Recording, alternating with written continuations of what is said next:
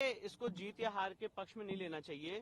आज माननीय इलाहाबाद हाईकोर्ट ने जो अंजुमन इंतजामिया की दोनों याचिकाएं थी, फर्स्ट अपील फ्रॉम ऑर्डर, जिसमें उन्होंने 17 जनवरी के ऑर्डर को चैलेंज किया था और 31 जनवरी के ऑर्डर को चैलेंज किया था, आज वो दोनों याचिकाएं माननीय इलाहाबाद हाईकोर्ट ने डिसमिस कर दी हैं।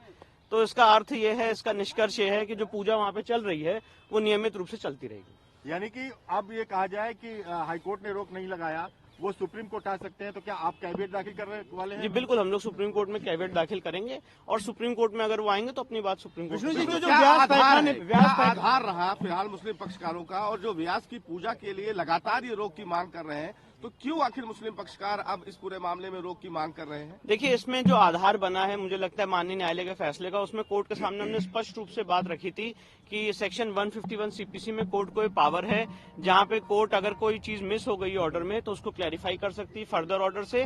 और साथ ही साथ जो उस केस की हिस्ट्री है वो एक बहुत ही चेकर्ड हिस्ट्री है कि व्यास परिवार बराबर नवंबर दिसंबर 1993 तक वहां पे पूजा पाठ करता चला आ रहा था। उसके काफी एविडेंसेस और प्रूफ हमने कोर्ट के सामने दाखिल किए थे।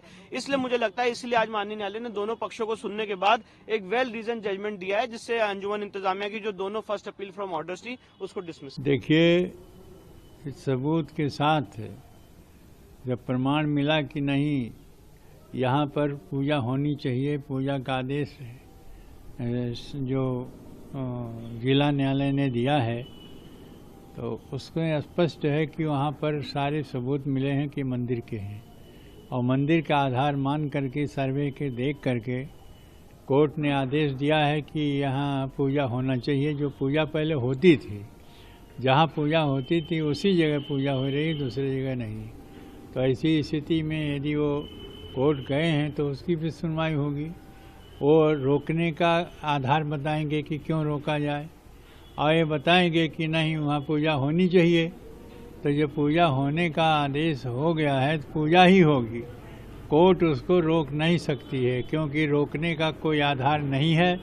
पूजा होने का आधार है कि वो मंदिर है, वहाँ पूजा होती थी, और जहाँ पूजा होती थी वहाँ पूजा हो रही है। आदेश दिया सत्यनारायण ने, जो जिला न्यायालय ने, तो इसलिए वहाँ पूजा होने में कोई बाधा नहीं आएगी। और मैं आशा करता हूँ कि वो पूजा अनवरत चलती रहेगी, और यह जाएगा अभी और आगे सुप्रीम कोर्ट तक जा सकता है।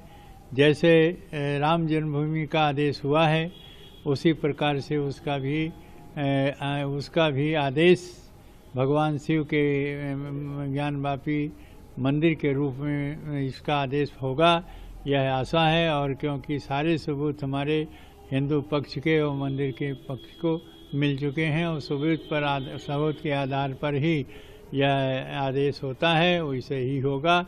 यहाँ हुआ है, वहाँ जा करके भी वही से होगा।